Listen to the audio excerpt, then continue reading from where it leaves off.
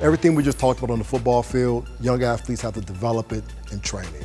It doesn't necessarily always take a big, expansive weight room. It's just little, typical, tight, nuanced movements that can actually ingrain and develop the strength patterns and the stability and the mobility that we're looking for with our athletes. So the first thing we're gonna do here, get on down to a plank position. True core strength is understanding how the core relates to everything in the body and how it all connects. And the beautiful thing about planks is it gets the shoulders involved, which we talked about. It gets the neck involved. Now we're building neck strength. So we talk about keeping the head up. We start focusing on that area as well.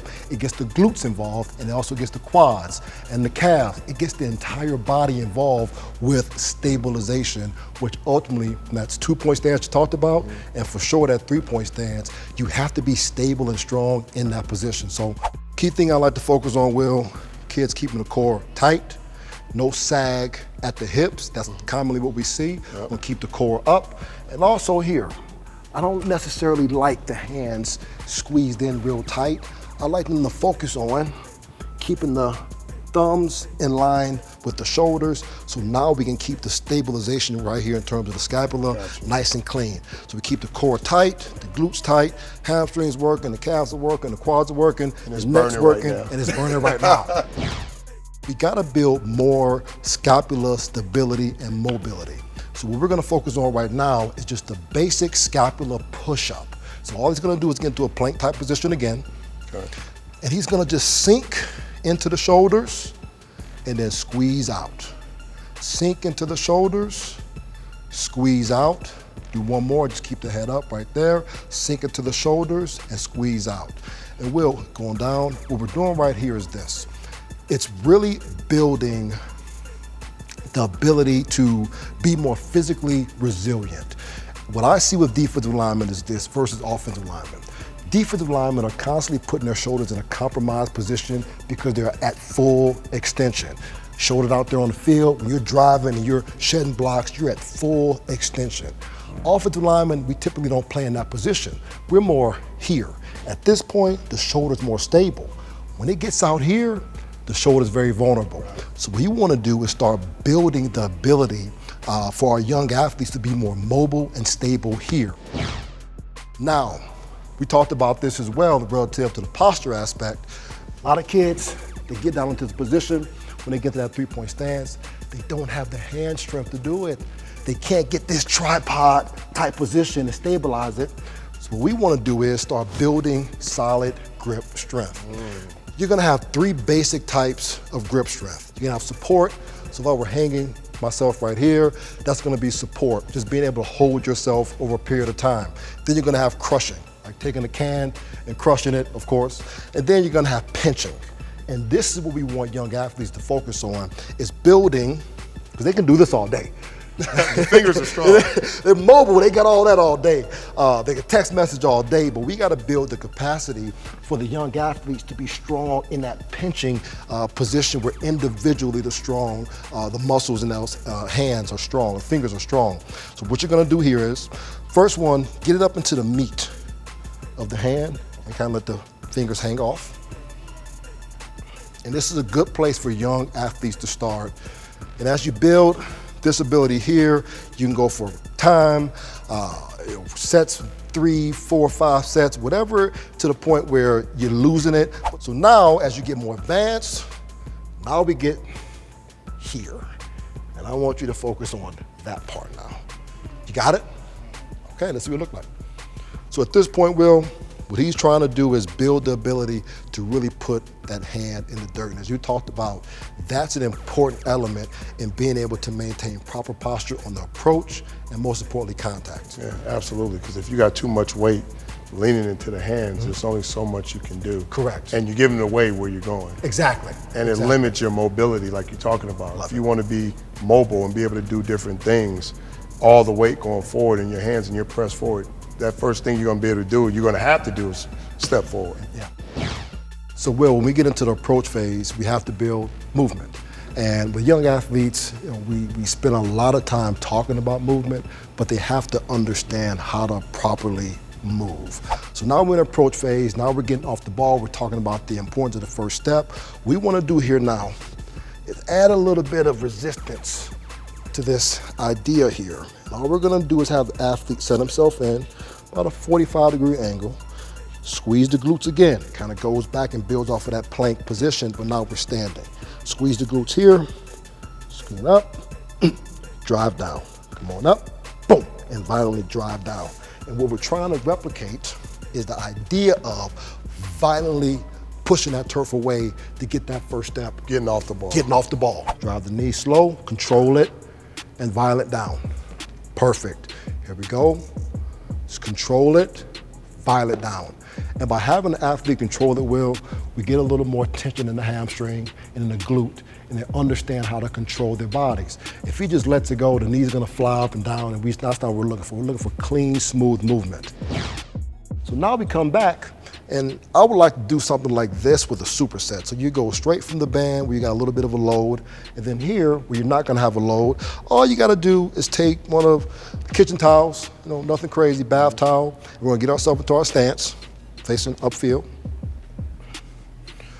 Want to be in a 4-point, obviously, because we're trying to create some balance here. We don't want to be off balance. We want the drive to start in a position where this stays in its nice, natural, neutral position. So when you lose posture and you lose form, that's when you get hurt. So get into your neutral position here. It's not going to lose technique. You're not going to lose it.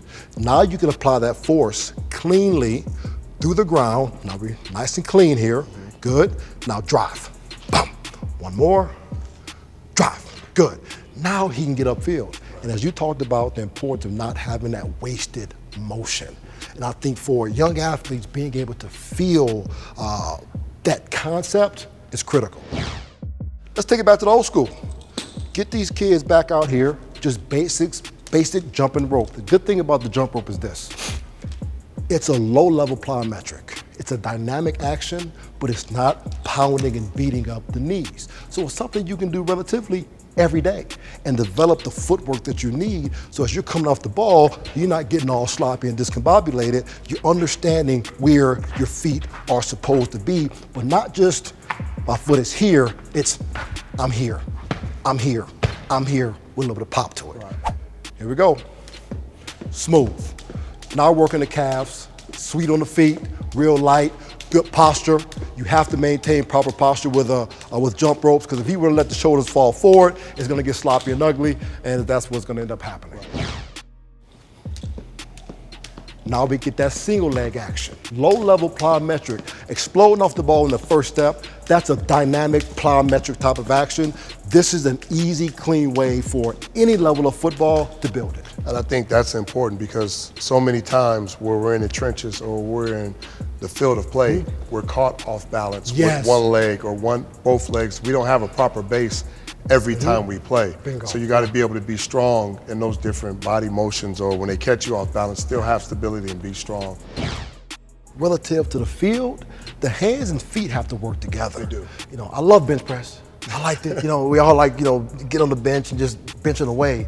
But at the end of the day, bench is just what it is. It's bench press. You don't necessarily take your bench press on a football field. But something like this, with this band, add a little bit of tension. Here we go. Let's say this is a reach block. We got our linebacker here. He's on the edge. And as you talked about, Will, he wants to get long with this hand.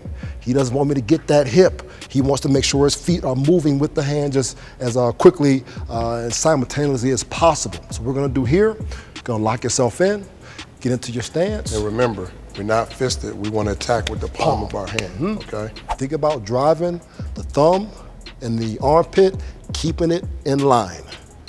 Here we go. Nice, I like that. See, look at his back is flat. You see it? His hand is extended, his head is up, and his force and his power. Yes. And you got resistance. So this is gonna add speed to it. So now when you go to shoot, not only are you getting stronger and adding a little bit of force, it's quick. It's quick. Because you wanna get them before they get you. Right. And like we talked about, that foot and this leg and this hand work together. Now we're gonna go push-pull. So coach was talking about, you get here, but then you may wanna get this hand here, and now you wanna pull. You wanna push and you wanna pull. So Will, quickly talk through the push-pull concept, and then I'm gonna add a little resistance to it. Well, the reason why you wanna push-pull, because once, say you get this strike and you get that hand in there, So now you want to pull him down backward because he's trying to fight you to get outside, right?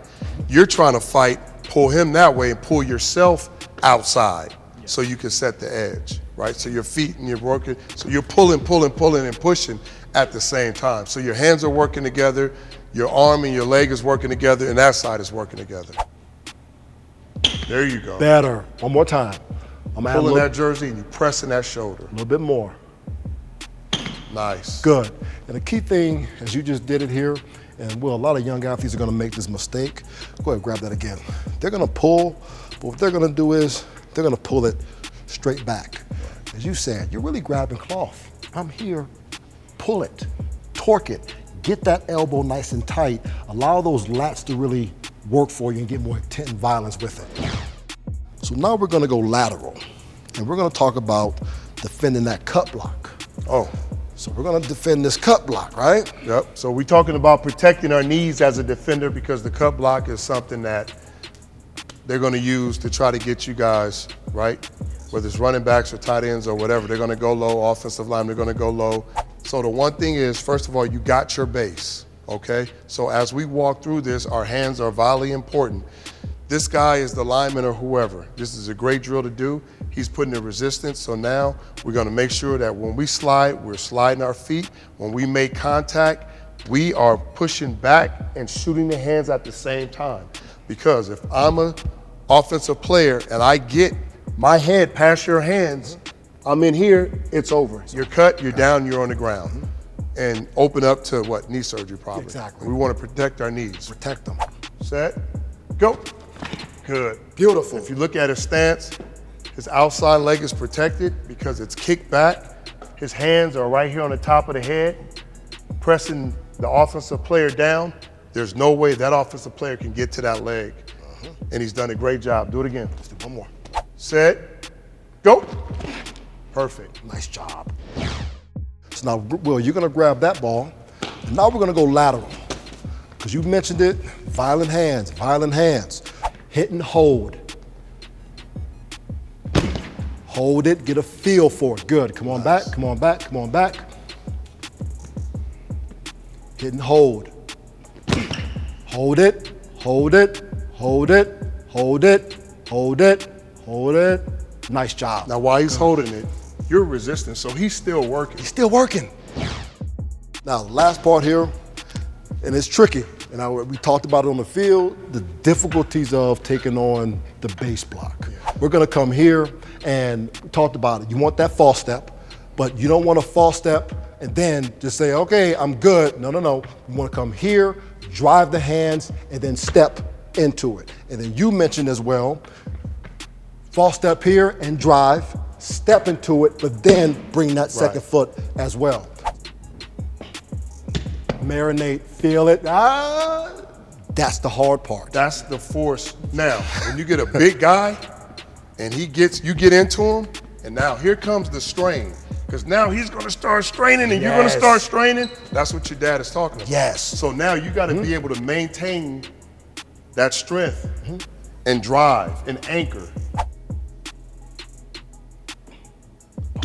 Good, hold it. Marinate, marinate. Now, head is up, shoulder blades are pulled back, nice arc in the spine, we're clean. And this is the best part, stay there. This is the best part of it. He has his hands and he's made contact with the offensive player. His helmet, his face, nothing's even. So that's it, man. That's great. That's contact. We've gone through our 3 phases. We've developed the ability for the athlete to take what's happening on the field, correlate that to what's happening in performance. Now we can develop better football players. And most importantly, we're teaching them and we're taking them, it's a process and there's steps. Correct. You're teaching technique, you're using the proper verbiage so they understand what you're saying and they're able to apply it from here to the field and put it all together. Bingo.